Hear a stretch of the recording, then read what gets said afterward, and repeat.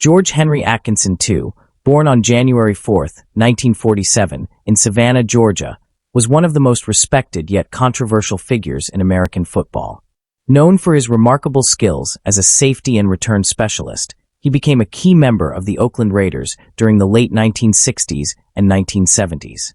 His career, characterized by fierce determination, thrilling performances, and moments of heated controversy, left an indelible mark on the National Football League, NFL. Beyond the gridiron, Atkinson later transitioned into broadcasting and business, maintaining his deep connection with the Raiders until his final days. At the time of his death on October 27, 2025, at age 78, his estimated net worth was around $3 million, accumulated from his football career, media work, and endorsements. Atkinson grew up in Georgia, where his love for football began at a young age. His athleticism was evident during his school years, and it didn't take long for him to stand out as a natural talent on the field. He later attended Morris Brown College, a historically black college in Atlanta, where he played for the Morris Brown Wolverines. During his college career, he honed his defensive skills and became known for his speed and aggression, qualities that would later define his professional playing style. His performances attracted the attention of professional scouts, and in 1968, he was selected by the Oakland Raiders in the 7th round of the AFL/NFL draft, 190th overall. Atkinson began his professional career in 1968 as both a cornerback and kick returner.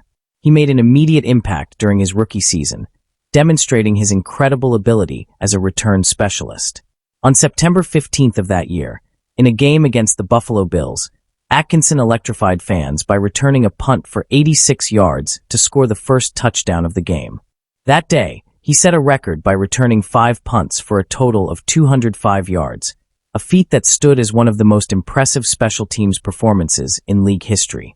Throughout the 1968 season, he returned 36 punts for 490 yards and 2 touchdowns, leading the AFL in both categories, and added 32 kickoff returns for 802 yards. On the defensive side, he also recorded 4 interceptions, one of which he returned for a touchdown. This impressive rookie campaign earned him a spot in the Pro Bowl, marking the beginning of his reputation as one of the most dynamic players in football. Atkinson maintained his defensive consistency over the next several years. Known for his aggressive tackling and quick reactions, he averaged around 3 interceptions per season throughout his career.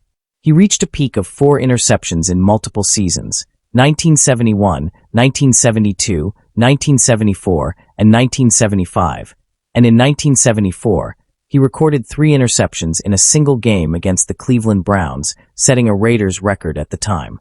His efforts contributed significantly to the Raiders' dominance in the 1970s, and by the end of his playing career, he ranked 5th on the team's all-time interception list with 30 interceptions.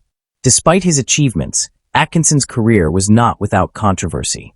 One of the most talked-about incidents occurred in 1976 during a regular season game against the Pittsburgh Steelers, the Raiders' bitter rivals. During that matchup, Atkinson struck Steelers wide receiver Lynn Swann with a forearm to the back of the head, knocking him unconscious. The hit caused Swann a concussion and stirred public outrage, as it came after a similar incident in the previous season's AFC Championship game, which had also left Swann concussed. Following the second incident, Steelers head coach Chuck Noll publicly criticized Atkinson, labeling him part of the criminal element in football. Offended by the accusation, Atkinson filed a $2 million defamation lawsuit against Noll and the Steelers organization. However, the case was ultimately dismissed, leaving a lasting shadow over his otherwise celebrated career. Nonetheless, many Raiders fans viewed him as a symbol of the team's tough, no-nonsense spirit, embodying the commitment to excellence, ethos that defined the franchise under coach John Madden. After retiring from professional football in 1977, Atkinson smoothly transitioned into broadcasting, where his deep knowledge of the game and charismatic personality found a new audience. He became a familiar voice to Raiders fans as a host of the team's pregame and postgame shows, providing commentary, analysis, and personal insights into the world of professional football. He later hosted a television program titled Behind the Shield, which offered fans a behind-the-scenes look at the Raiders organization. From 2008 onward, Atkinson also became a spokesperson for The Clothing Broker, a popular warehouse-style clothing retailer in Oakland, California. His voice remained a constant presence in Raiders culture, and he often appeared on the NFL Network's top 10 shows, particularly those involving the Raiders. Atkinson frequently shared his perspective on some of football's most debated moments. He notably criticized the officiating of the 1972 Immaculate Reception, arguing that the ball had illegally touched multiple players and should have been ruled incomplete. He also spoke out about the infamous tuck rule, used against the Raiders in the 2001 playoff game against the New England Patriots, a rule that was abolished years later in 2013. Away from the field, George Atkinson was a family man and father of 9 children: Michelle, Craig, Jeremy, Maria-Michelle, Angela, Maya, Brittany, and twin sons George and Josh. He married Beverly Atkinson, an IBM executive, in 1988, and their marriage lasted until 2007. His twin sons, George and Josh Atkinson, followed in his athletic footsteps, both playing college football for the University of Notre Dame. George Jr. later pursued a brief career in the NFL as a running back. However, Atkinson's later years were marked by profound personal tragedy. His twin sons, who shared a deep bond, both suffered from mental health struggles following their mother's passing. Josh died by suicide on December 25, 2018, and less than a year later, George Jr. also took his own life on December 2, 2019, after a previous attempt. The loss of his sons devastated Atkinson, and he later spoke publicly about the importance of mental health awareness, particularly for athletes. George Atkinson passed away on October 27, 2025, at the age of 78. His death marked the end of an era for Raiders fans who had long admired his fierce spirit and passion for the game. Throughout his life, Atkinson remained loyal to the Raiders organization, serving not only as a player, but also as an ambassador and commentator who helped preserve the team's legacy.